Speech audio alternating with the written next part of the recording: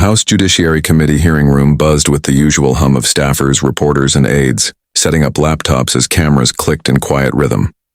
Former Florida Attorney General Pam Bondi sat at the witness table, her posture straight, her expression practiced. The hearing topic, state-federal cooperation in criminal justice reform, had not been expected to generate fireworks. Bondi, with her signature polished look, blonde hair immaculately styled, navy blazer crisp under the bright lights, exuded confidence. Her reputation as a polished communicator preceded her. She had spent the morning rehearsing her opening remarks about prosecutorial discretion, state autonomy, and the balance of justice. To her, this was familiar ground, the kind of discussion she could handle in her sleep. When Chairman Jim Jordan called the hearing to order, the rhythm was predictable. Bondi delivered her testimony with professional poise, emphasizing her record as Florida's top law enforcement officer for 8 years. She spoke about integrity, about making prosecutorial choices without regard to politics, influence, or wealth. Her words landed smoothly, honed from years of media appearances and political interviews. When she finished, Jordan thanked her politely. "We'll now move to questions," he said. "The chair recognizes the gentlewoman from Texas, Ms. Jasmine Crockett, for 5 minutes." The room's energy shifted. Representative Jasmine Crockett, a freshman Democrat from Texas, still building her national profile, leaned forward slightly, her expression calm but unreadable. Those who knew her background knew what was coming. Before Congress, she had been a civil rights attorney, known for her surgical questioning and courtroom tenacity. She didn't grandstand. She prepared. "Thank you, Mr. Chairman," Crockett began evenly, her voice clear and confident.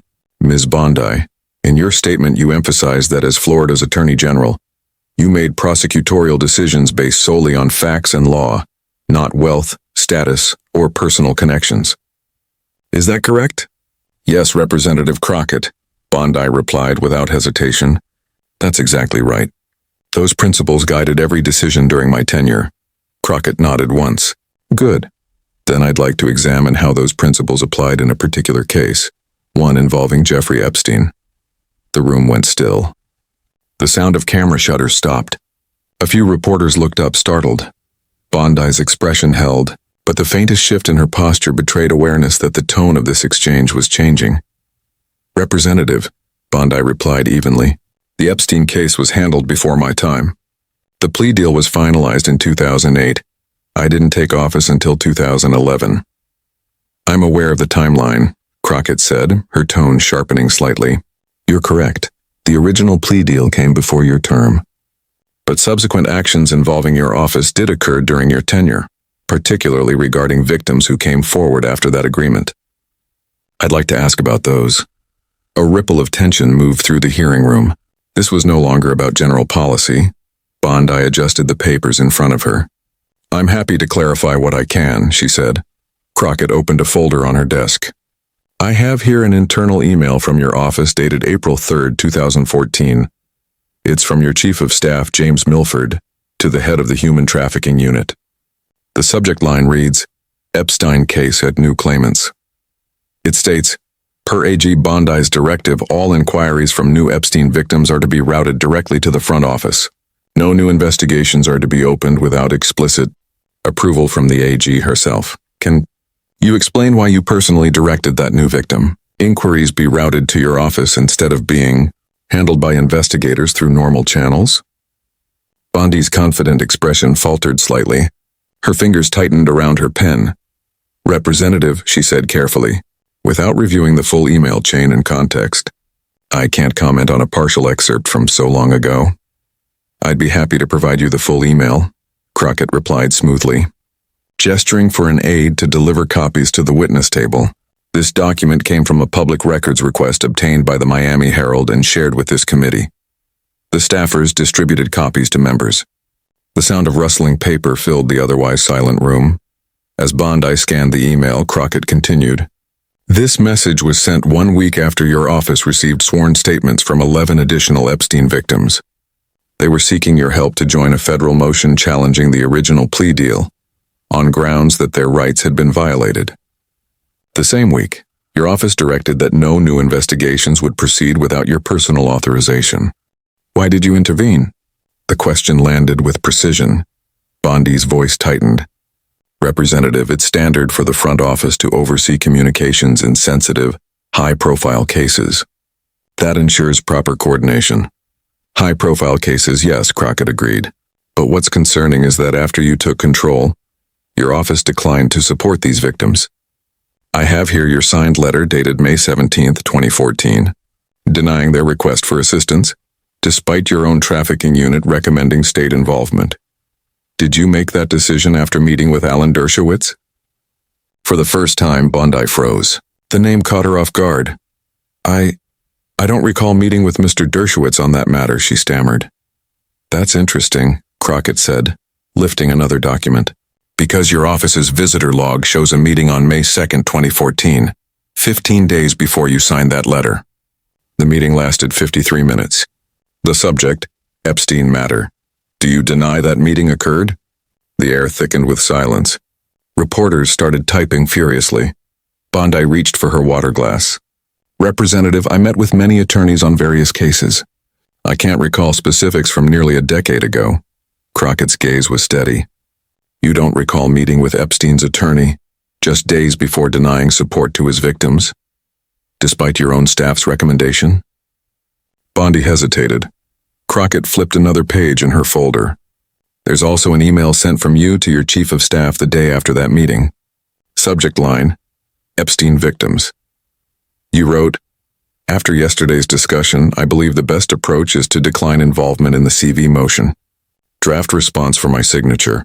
That was sent less than 24 hours after your meeting with Mr. Dershowitz. Why did you decide to deny assistance immediately after that conversation? Bondi blinked rapidly, searching for words. The confidence she'd displayed at the start of the hearing was slipping away, replaced by visible strain. Representative, she said softly. These matters were complex. Legal cases evolve over years.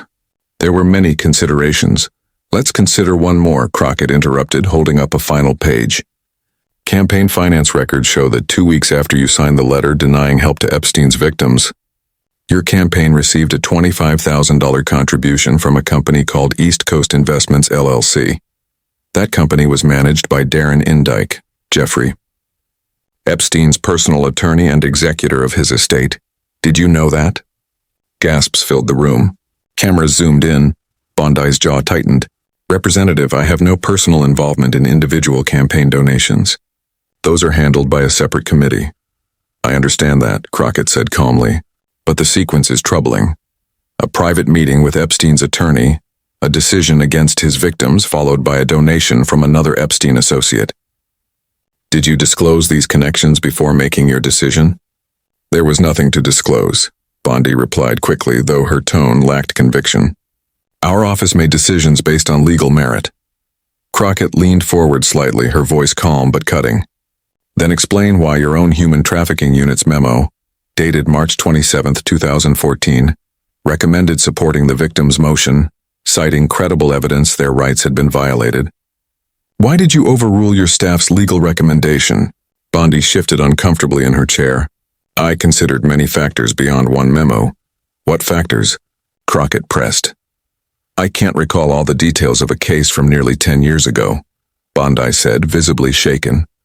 Crockett paused for a moment, letting the silence speak. So you can't recall the meeting, the reasoning, or the decision, but you do recall that wealth and connections never influenced your choices? Before Bondi could answer, Representative Matt Gaetz raised his hand. Mr. Chairman, point of order. This line of questioning is a personal attack unrelated to the hearing's topic. Crockett turned toward him, her tone steady. With respect, Mr. Gaetz, the topic today is prosecutorial decision-making, and I'm examining exactly that. How those decisions were made and whether influence or wealth affected them. The documents speak for themselves. A murmur rippled through the chamber. Chairman Jordan hesitated before ruling. The questioning is within the scope. The witness will answer. All eyes turned back to Bondi. She inhaled slowly, steadying herself. Representative prosecutorial discretion involves balancing jurisdictional and procedural complexities. The Epstein matter, Crockett cut in. I have your sworn 2019 deposition here, she said, lifting another document. When asked if there were any legal barriers to supporting the victim's motion, you stated, "No, it would have been legally permissible for our office to join. It was a discretionary decision. So there were no legal barriers. It was your choice." Bondi's face drained of color. Crockett's tone softened, but her words hit like a hammer. "You testified today that your decisions were made without regard to status or influence. Yet documents show that after meeting privately with Epstein's lawyer, receiving donations from his associates and overruling your own staff's recommendation, you personally denied help to victims of sexual trafficking. How do you reconcile that?" For a long moment, Bondi sat motionless. The confident witness who had begun the hearing was gone. Her lips parted slightly as she struggled for a response that never came. "These documents don't reflect the full context," she began, her voice barely above a whisper. Crockett didn't interrupt. She simply watched. Finally, Bondi fell silent. "Your inability to answer speaks volumes," Crockett said quietly. I yield back. The room was silent except for the faint clicks of cameras capturing the moment Pam Bondi's composure shattered. The gavel struck once, signaling the end of Representative Crockett's questioning. The sound echoed through the hearing room like a punctuation mark to something historic.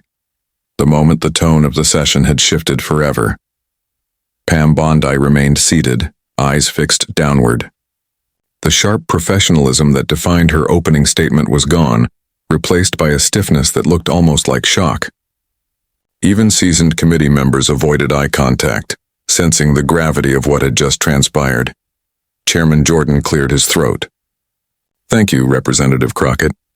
The committee recognizes the gentleman from Ohio, Mr. Davidson." But the energy in the room had changed. No one seemed to be listening. Phones buzzed on the reporters' benches as notifications began to light up social media. Clips of the exchange were already being uploaded, time-stamped and captioned. Crockett grills Bondi over Epstein ties. Crockett sat back, calm but not triumphant. She wasn't smirking, wasn't reveling in the moment. Her demeanor was measured, professional. She had done what she came to do, ask the questions no one else would. Pam Bondi sipped from her glass of water, her hand trembling slightly. She had faced countless interviews, debates, and live hearings over her career, but none like this. This time the narrative wasn't hers to control. The rest of the hearing limped forward. Other members asked routine questions about cooperation between state and federal law enforcement. Bondi responded, but her answers were brief, her tone subdued. Every eye in the chamber was on her, waiting for a flicker of recovery. It never came. By the time Chairman Jordan adjourned the hearing, the damage was already spreading beyond those walls. Within hours, clips of the exchange dominated every major platform. Cable news shows ran the video in slow motion, analysts dissecting every pause, every glance. Jasmine Crockett just dismantled a former attorney general, one MSNBC host declared. She didn't raise her voice, didn't grandstand, she just used facts. On CNN, a legal analyst shook his head in disbelief. The documentation she presented was airtight. If accurate, this raises serious ethical concerns about how Epstein's victims were treated at the state level. Even conservative commentators couldn't ignore it. On Fox News, one panelist called the exchange a tough day for Pam Bondi, while another tried to pivot. This feels like a political ambush, but Bondi walked right into it unprepared. Twitter, TikTok, and YouTube exploded with short clips of the most devastating moments, especially the line that closed the exchange. "Your inability to answer speaks volumes." Within 24 hours, the hashtag Crockett vs. Bondi had trended across multiple countries. Inside Bondi's private office later that evening, the atmosphere was thick with tension. Her communications advisor sat across the table, tablet in hand. "They're saying you froze on camera," he said cautiously. Bondi didn't look up. "I didn't freeze," she muttered. "I refuse to dignify a political setup." "It doesn't matter what you call it," he replied. "It's everywhere. Every outlet's running it. Even your old allies are avoiding comment." Bondi exhaled slowly. The exhaustion in her face betrayed the toll of years spent navigating political storms. But this one was different.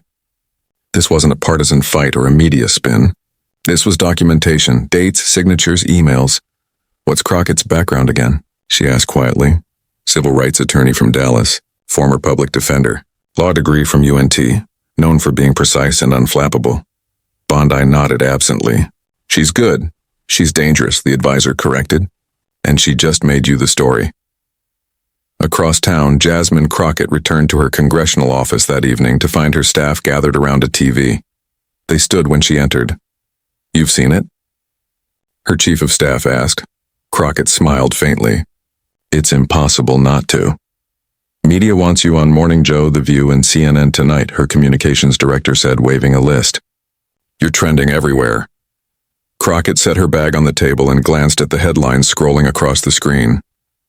Each replay of the moment looked more intense than the last, but she didn't appear to revel in it. This wasn't about going viral, she said softly. This was about accountability, her staff nodded. They knew she meant it. Crockett's questioning had been prepared over weeks, a meticulous effort built on public records, old depositions, and long-buried state documents. She hadn't set out to humiliate Bondi. She had set out to put truth on the record. Still, the political implications were undeniable. In less than a day, Jasmine Crockett had become a household name. By morning, conservative circles mobilized in defense of Bondi. Commentators called Crockett's line of questioning a coordinated smear. Hashtags like Stand With Pam emerged, framing Bondi as a victim of political theater. Fox News booked her for an exclusive interview. Sitting across from the host, Bondi looked composed but not entirely steady. The bright studio lights couldn't mask the unease in her eyes. Ms. Bondi, the host began gently, yesterday's hearing turned into something unexpected. Representative Crockett accused you of ignoring Epstein's victims in exchange for political favor. What's your response? Bondi smiled thinly. It's a complete misrepresentation. I serve the state of Florida with integrity. These claims are built on selective emails taken out of context. Representative Crockett clearly had a political motive. The host nodded sympathetically. Do you regret how you handled her questions? Bondi hesitated. I regret giving her a platform for personal attacks, she said. But the truth will come out. It always does. The clip aired that night, but the reaction was tepid. Viewers noticed what she didn't say. She denied intent, but not the documents. She deflected, but never addressed the timeline. For many, the silence between her words was louder than the answers themselves. Outside Washington, ordinary citizens debated the confrontation like a courtroom drama. College students posted analysis threads. Activists reposted Crockett's closing line with captions like, "This is how accountability looks." Former prosecutors weighed in online. Crockett's questioning was a masterclass in factual precision. Bondi's evasions were textbook signs of unpreparedness. And among survivors of Epstein's crimes, the moment resonated deeply. One advocate tweeted, "For years we asked for someone in power to care enough to ask these questions. Jasmine Crockett just did it on record, in Congress." 3 days later, in her D.C. apartment, Jasmine Crockett sat by the window, sipping tea and scrolling through messages. Her phone buzzed with a text from a colleague. They're calling it the most devastating cross-examination in a congressional hearing since the Watergate era. She smiled faintly, then put the phone down and stared out at the Capitol dome glowing in the distance. Moments like these were rare, when truth pierced through the noise of politics.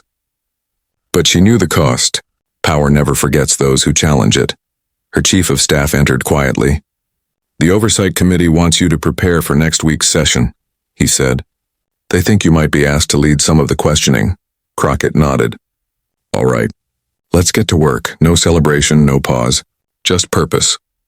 Over the next week, the Bondi-Crockett exchange continued to ripple through Washington. Editorials appeared across newspapers. The Washington Post, "Crockett's calm precision leaves Bondi without answers." The Miami Herald, "Old scandals, new accountability." USA Today, "When facts collide with power." Some lawmakers privately complained that Crockett had gone too far. Others whispered that she'd done what no one else had dared. Inside the Capitol cafeteria, staffers replayed the clip on their phones. "You see how she didn't raise her voice?" one aide said. "That's what made it brutal. Just pure control." A Senate staffer across the table replied, "That's what scares them the most. She doesn't perform. She prosecutes." For Pam Bondi, the weeks that followed were relentless. Invitations to political panels quietly disappeared. Lobbying clients called less often. Old colleagues avoided questions from reporters. In public, she maintained a calm front. "I'm focused on moving forward," she said in brief statements. But in private, allies described her as deeply shaken. No formal ethics investigation was launched, at least not yet. But the damage was reputational, not legal. The perception had shifted, and in politics, perception is power. Bondi had entered the hearing as a respected conservative voice. She left it as a symbol of unanswered questions. Months later, analysts still referenced that day in committee. Law schools replayed it in classrooms as an example of precision questioning. Journalists cited it as proof that preparation still mattered more than theatrics. One commentator summarized it best. Crockett didn't win by shouting. She won by showing what happens when the facts are stronger than the spin. The image of the moment endured. Pam Bondi sitting silent, paper scattered, unable to respond, while Jasmine Crockett calmly gathered her notes and yielded back her time. Late one night, a quiet video appeared on Representative Crockett's social media account.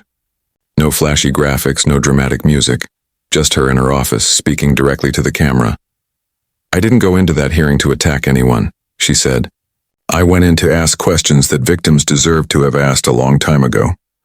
The truth isn't partisan. It's just the truth."